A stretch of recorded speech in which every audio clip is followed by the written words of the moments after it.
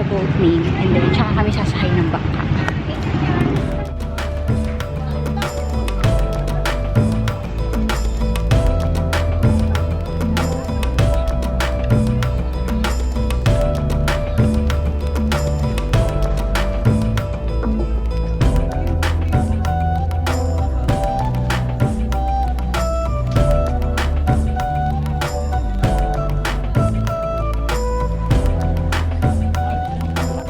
And our crew here, Kuya Jerome and Kuya Sam at the back, okay? So we're going and part of Tour A. So Big Lagoon is the highlights of the Tour A. So we're gonna do a kayaking activity in Big Lagoon, okay? Touchdown, 7 Commando Beach.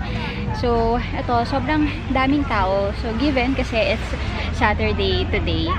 Ayan, dito sa may 7 Commando Beach, we are just going to stay here for 40 minutes. Tapos, swim or picture taking. Meron din ditong part na pwedeng mag-volleyball or if you want some refreshments, snacks, ayan, meron silang halo-halo dito, mga drinks, kaya merong store.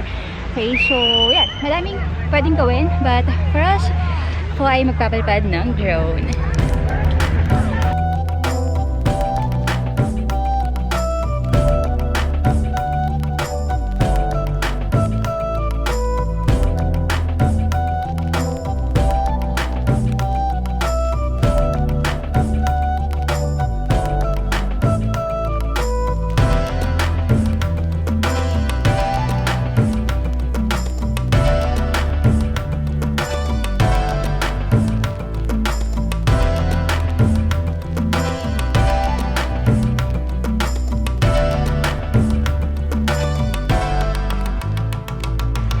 Our 40 minutes is almost over and madami na kami nagawa. Nakapagpalipad na ako ng drone, nakapag-vlog na ako, nakapagtampisaw na ako sa tubig. So for us, okay na kami and ready na kami to go since meron pa kami few more destinations na pupunta.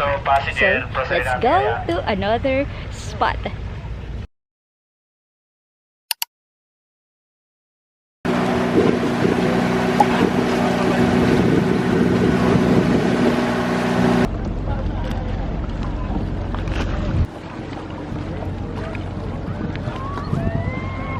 We are on our second stop, which is we are going to this Big Lagoon. So, nag-rent kami ng kayak and here's my driver, my kayak boy.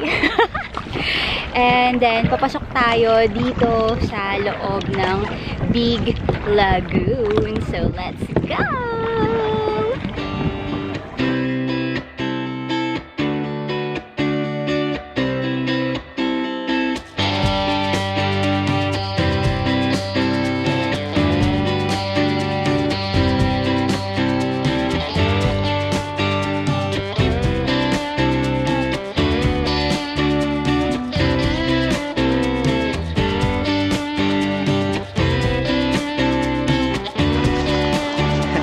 Ka dito. Okay, so this is our stop muna, no? So, dito muna kami magpapalipad ng drone, get some shots, and some B-roll clips, yan. So, we are going to stay here for 1 hour, and then we rented a kayak na good for, that's good for 2. Ang presyo ay 300. So, meron ditong kayak na good for 3, which is good, price is 500. And then, meron din silang crystal kayak na good for 2, ang presyo ay 500. So, ngayon, stop muna kami dito. Papasok kami doon sa may loob na mismo ng Big Lagoon.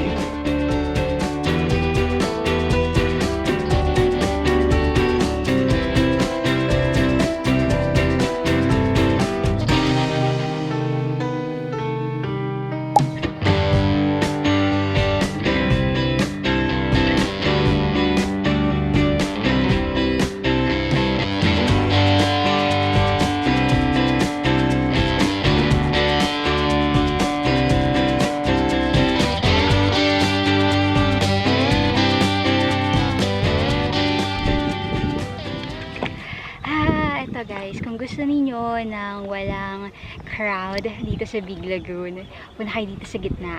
Kasi yung mga tao, mostly nandun lang sa may bungad. And siguro natatakot na kaya ayaw nang i-explore yung itong pinakadulong side pa or pinakaloob ng Big Lagoon. So kami na yun nandito oh. And ayun yung mga tao guys oh, nandun lang sila sa may bandang unahan. O, diba? Ang dami-dami nila doon. Samantalang kami lang yung nandito sa may gitna.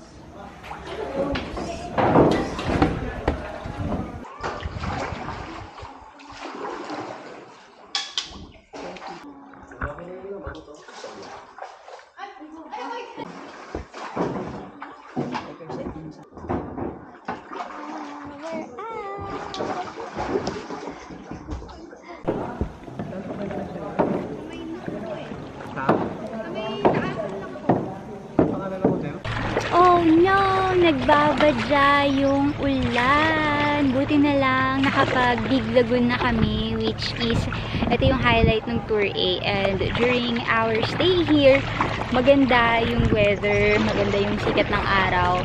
So, good luck sa mga susunod naming stop. So, sana hindi kami abutan ng ulan.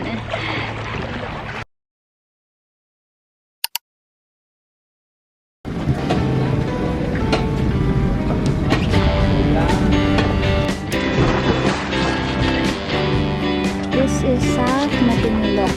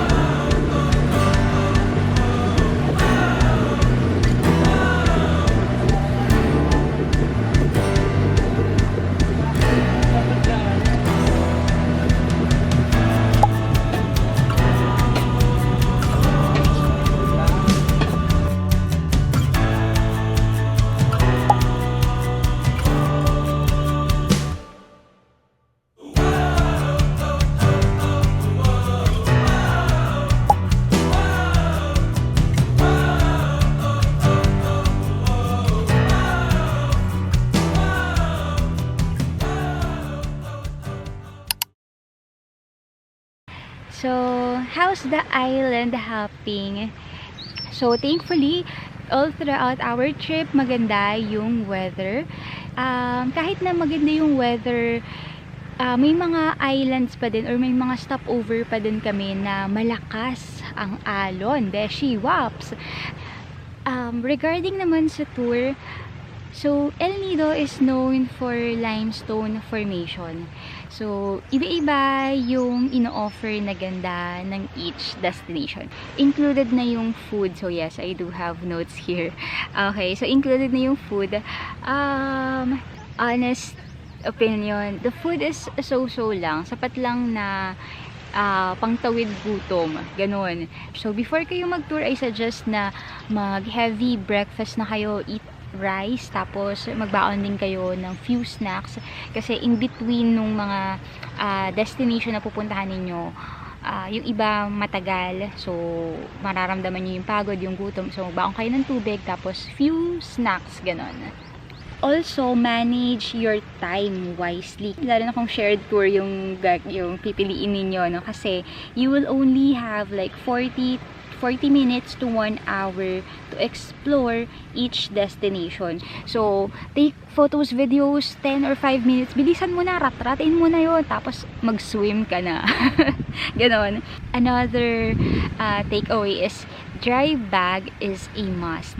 So, meron naman kaming bit-bit na dry bag. It's just that for us, me and Layo, na content creator, kulang yung dala naming dry bag. Kasi, tawag niyan, hindi kasya lahat ng gears namin. So, yeah, dry bag is a must.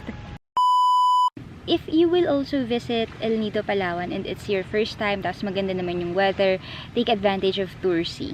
Ito kasi may weather limitation. So, kapag hindi talaga maganda yung panahon, makakancel yung tour ninyo and it will be replaced by probably another tour or you may opt to reschedule, no? El Nido, Palawan really deserve spot na isa sa mga maging bucket list ninyo.